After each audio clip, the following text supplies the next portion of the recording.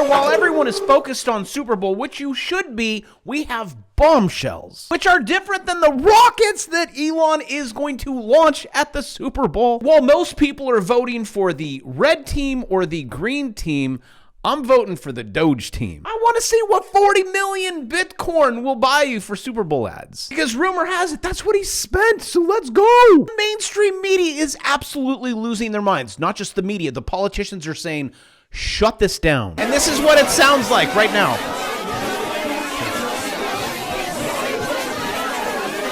Breaking news, they're saying, shut the government down now. No more of this. They're also saying what is happening in the government and we, the people, it's completely unconstitutional.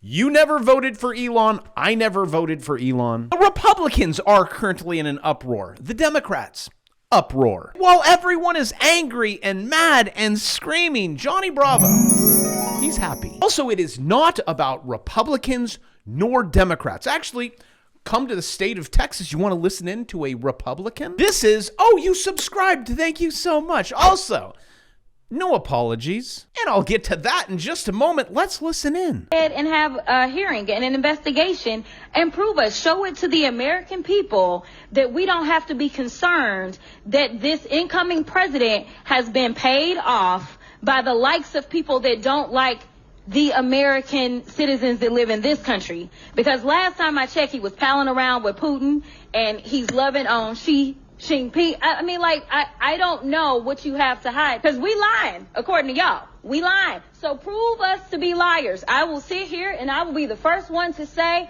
I apologize. So let's go ahead and do it. Will you do that? I find it rich that the other side of the aisle is suddenly concerned about corruption and ethics.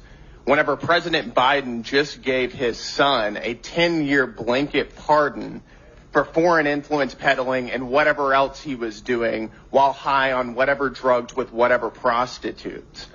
I also find it rich that all of a sudden the other side has some problem with successful businessmen being involved in politics whenever you guys are the party of George Soros, of Bill and Melinda Gates, of Sheryl Sandberg, of Mackenzie Bezos, of Taylor Swift, of so many other billionaires across the country, as well as every woke, weird pervert in Hollywood.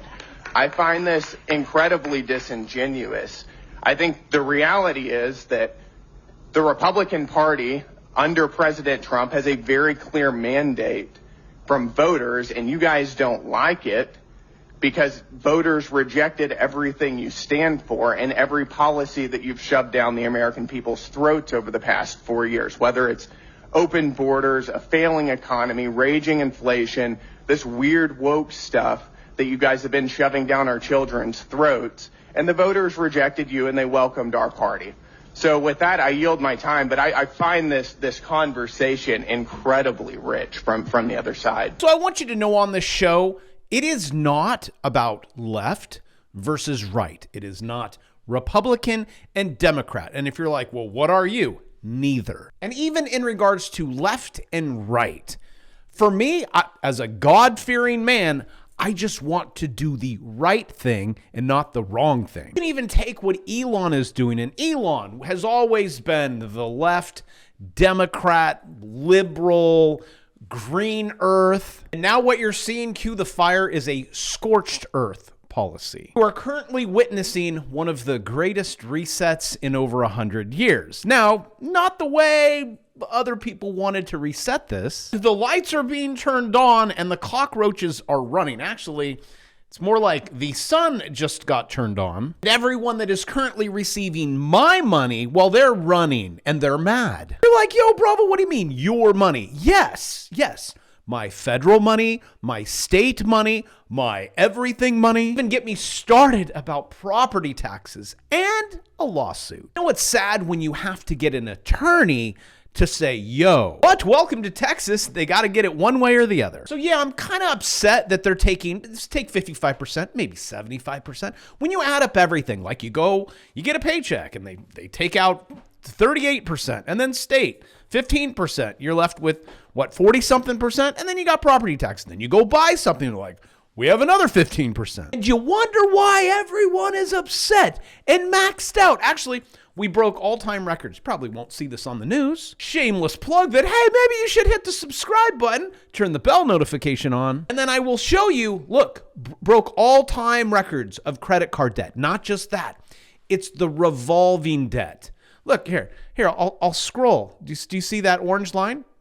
Do you see 2014? The only time you could just breathe a little bit was when the fraudsters were like, with all the money that we're going to steal, we got to give something back. I mean, even in your taxes, you go, oh, I can't wait till I get my money back, my return. They stole too much from you. For some reason, people think, yeah, it's like a savings account. You're saying giving a criminal your money, and then they're like, oh, I feel kind of bad. You're okay with that, and then they return it to you while they're still stealing it from you. Offer a little suggestion. Take your money and learn how to click buttons. Actually, you're coming up on one in the next. I mean, you can't go, yeah, could you go to tomorrow? This is a falling wedge, which my digits are going to go from 96,000 to 102,000, and then I take my money back, and then I do it again. This is currently a falling wedge on Bitcoin. Also, to save even more money, to be smarter, tax advantages that are going to tax you different in futures. So if you are trading gold, Ethereum, Bitcoin, major indices, these trade futures, you'll make way more money. That's why I labeled it only the smartest people in the world trade futures. There's also no restrictions, like you get 5 trades with normal stocks unless you have 25,000. I mean, actually, I give you more restrictions because I only have limited codes down below. $199, you got a couple hours left. And I launch a new video every single day, and it's fire exciting. But I'm just trying to help you with this. Look, how are you going to fix this? I'm going to go get another job. Going to ask for a raise. You're not going to survive. I am sorry. I have been preaching this for about 55 years. Ever since I came out of the womb, I'm like, it's too cold in here and this is very expensive. Let's turn the air off, save some money, and does anyone want to buy an umbilical cord? Lightly used, typical home buyers in Los Angeles, San Francisco, San Diego, anywhere in the beautiful scorched earth of California, spend, I'm just going to round up because it's going to change next week, 80% of your income on shelter to survive. Tell me that 80% of your income going to shelter doesn't scream something's wrong. We finally have, there's hope. Who ran on that campaign? The mood of American consumer is souring. And this is not a time where it should be souring. This should be a time of hope and cheering and excitement and get out there and get shopping. No, don't shop. Well, unless you're one of those that are collecting $500 billion on expired. These things don't even exist. There's things, money's going to probably $1 trillion.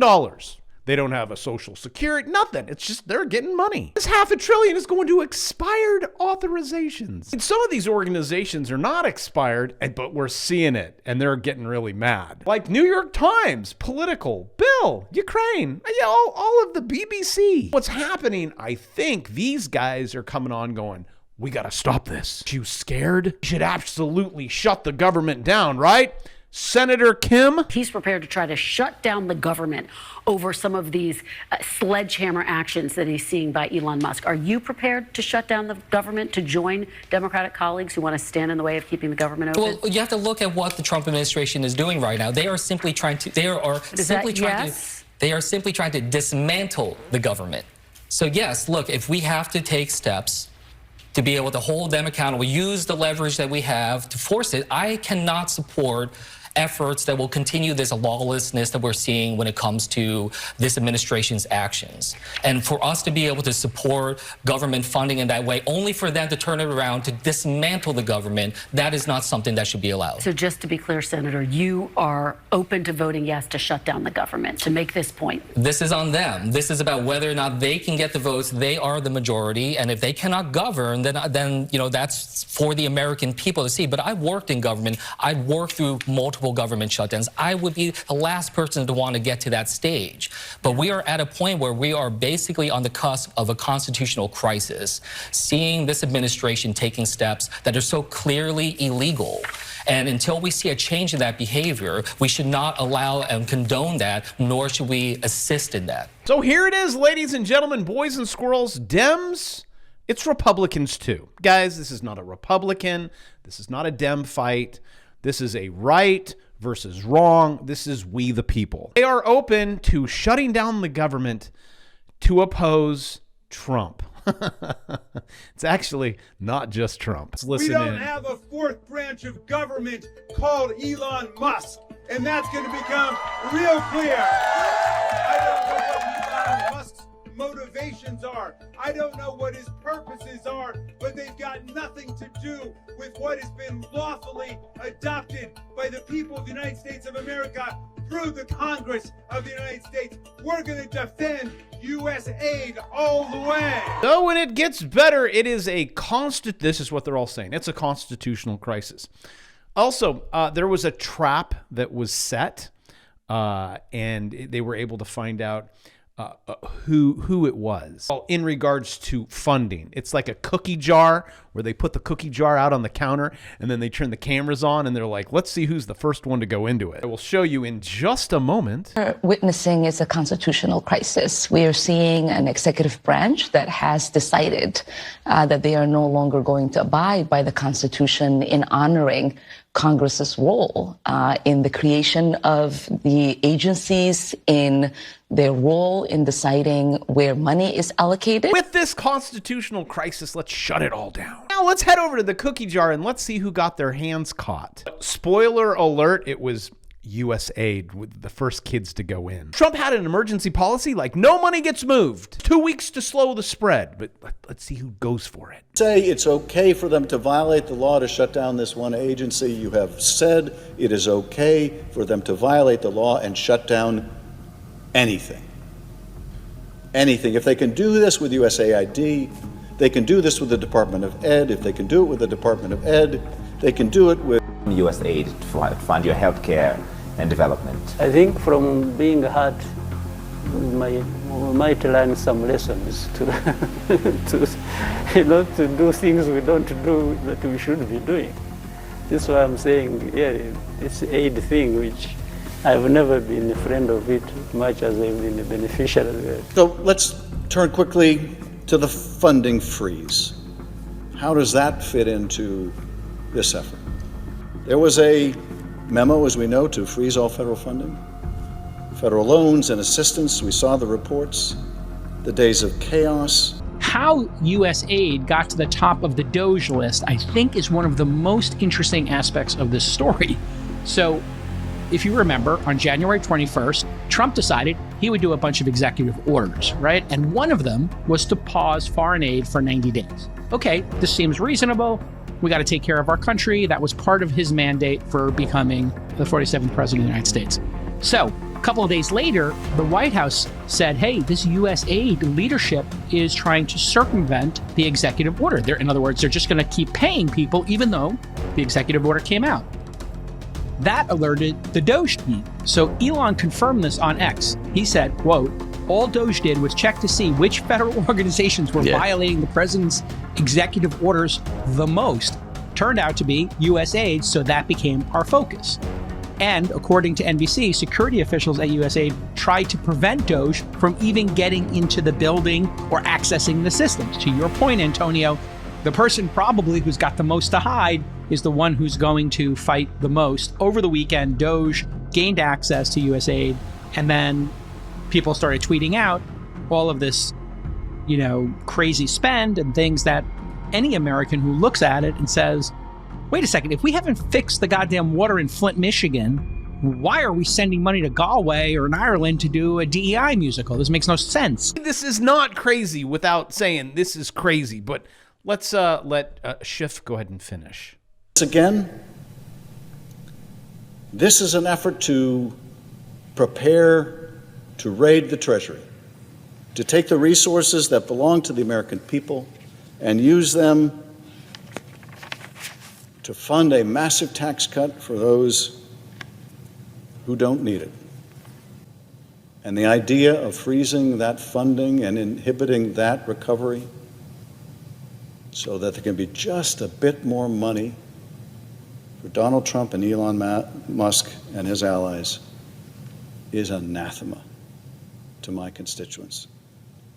And it should be unacceptable for all the rest of us. So word of the day is anathema, something intensely disliked or loathed. I'm like, oh, that's a good one. Mr. Schiff, I anathema 50 billion a year. Someone said it's like a week going to people who have no social security number or an ID on file. Say, oh my gosh, please, the Treasury, the Fed, education system, go in there and get them. And then hopefully this year we get such a big can you imagine? So we're going back. We have some back taxes that we owe you. I was kind of excited for a $20 million check. And at that point, right, I could quit my job. That would be great. Yeah, but cue the fire. You don't ever have to worry about that because I always do what I love to do. I would never retire. That sounds so old. I mean, every day I put on this breastplate of righteousness. I bust out my sword. I slay dragons. Make my digits go up. I teach other people how to make their digits go up. And with that, go football team. And I will see you tomorrow. Love ya.